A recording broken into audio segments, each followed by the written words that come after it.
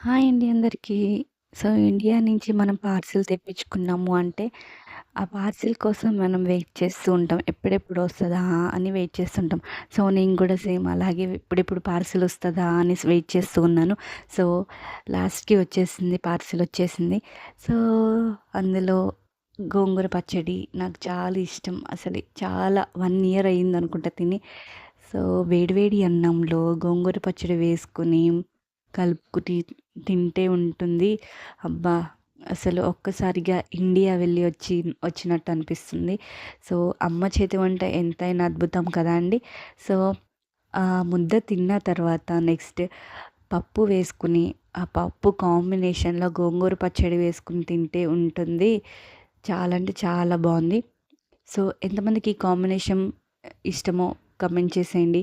And like చేయండి, subscribe చేయండి. Please.